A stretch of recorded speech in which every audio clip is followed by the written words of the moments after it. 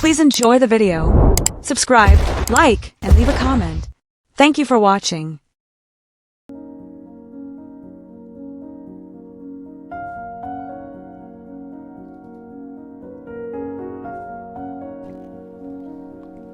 In Passing a Good Deed Forward, Part 1, I talked about how everyone comes to a crossroad and must decide which direction they want to go in their life.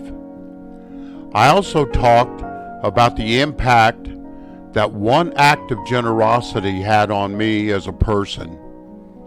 If you haven't watched that video yet, I'll wait for you. Glad you made it back.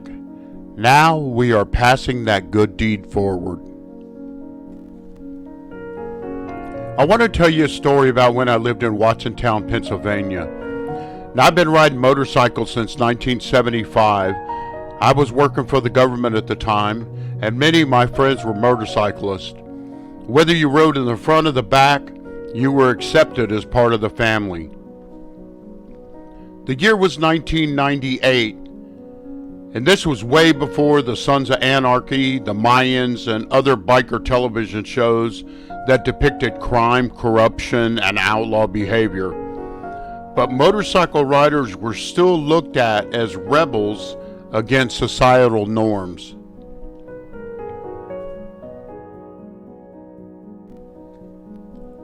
It was time to begin planning for the Watsontown July 4th celebration, and my wife and I volunteered to be members of the funding committee to raise $3,500 to pay for fireworks. Now, Watsontown was a very small, quiet, conservative town of about 800 people when I lived there. It was founded in 1794, and most of the houses located on Main Street were from the 1800s. Driving through the town was like going back to a place that no longer existed in modern times. If you remember the Andy Griffith Show, picture the town of Mayberry just a little bit bigger. We were sitting in the committee meeting brainstorming about ideas and making suggestions to raise money for the celebration. Aunt Millie suggested a bake sale, Uncle Frank wanted to have a big yard sale, and Grandma Kettle thought a town car wash could help. All the names were changed here to protect the innocent. When it was my turn, I looked at my wife and she nodded her head to give me encouragement to speak.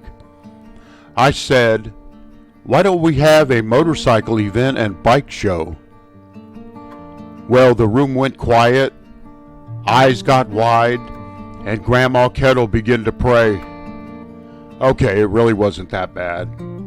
But then the mayor, who must have had friends who rode, looked at me and said, "Tell me what you mean." I had helped with other events in the past, so I took a deep breath and began to explain the concept of the event and didn't stop until every detail was covered. I told them that I would design the flyers on my computer and spread the word to my friends who rode. My riding friends and I would all help deliver the flyers to motorcycle shops and vendors to advertise the event. We would also collect raffle prizes from local stores and gift certificates from restaurants and motorcycle shops in the area. Each rider would pay a registration fee and ride a scenic route through the area. After the ride, a bike show would be held and trophies would be awarded in different categories. My wife already had connections with the local trophy shop because of her involvement with the local high school football committee. I suggested the Lions Club sell breakfast and lunch at the park concession stand because the riders and even the spectators would eat a lot of food. In turn, they could donate 50% of their profits for the cause and keep 50% for the club. A trophy would be awarded for the largest group participating in the event, which would always bring in more riders. After I answered a few questions, they all looked at each other and agreed to give it a shot. I think some still had the idea of hordes of wild misfits descending on their town and wreaking havoc on the community, or half-dressed women on motorcycles showing up and displaying what God gave them.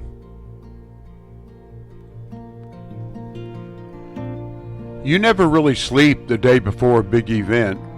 There are so many things that are against you, with the weather being your biggest threat. I had no doubt some bikes would show up, but how many? Would there be enough help for the event? Did the Lions Club plan for enough food? How would the committee react to the riders? As I stood there at Watsontown Park, I started to hear the rumble in the distance. No, not the weather. We were blessed with a perfect day for a motorcycle event. It was riders coming in from every direction. Every type of motorcycle began to fill the parking area, and 2 more registration lines had to be opened for the crowds. The committee came early to greet the riders, assist with registration, and viewed the wide array of customized bikes. Upon hearing the bikes rolling in, crowds from the town began to show up, eat a pancake and sausage breakfast, talk to the riders, and kids got to sit on some of the motorcycles. As the day progressed, the expression on the faces soon changed from "what have we done" to "I'm glad we did this."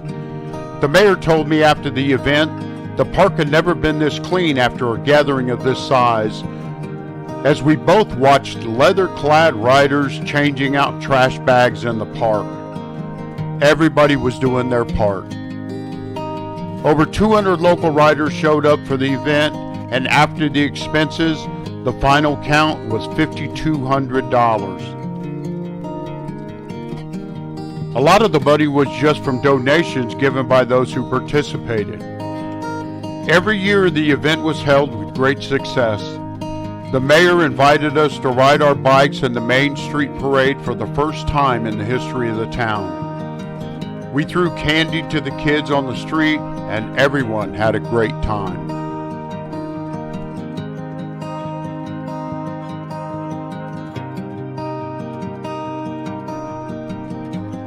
The most important thing for me was the residents had a new respect for motorcyclists. They got to see them for who they really were and what they represented.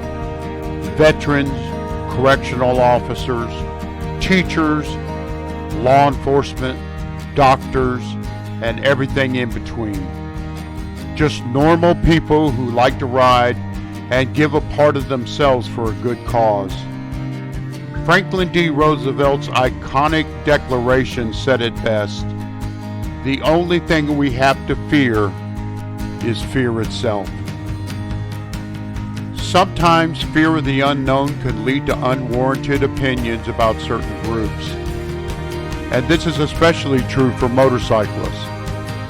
If the viewpoint of just one person can be changed by the positive actions of a group, why can't a whole town of people be changed?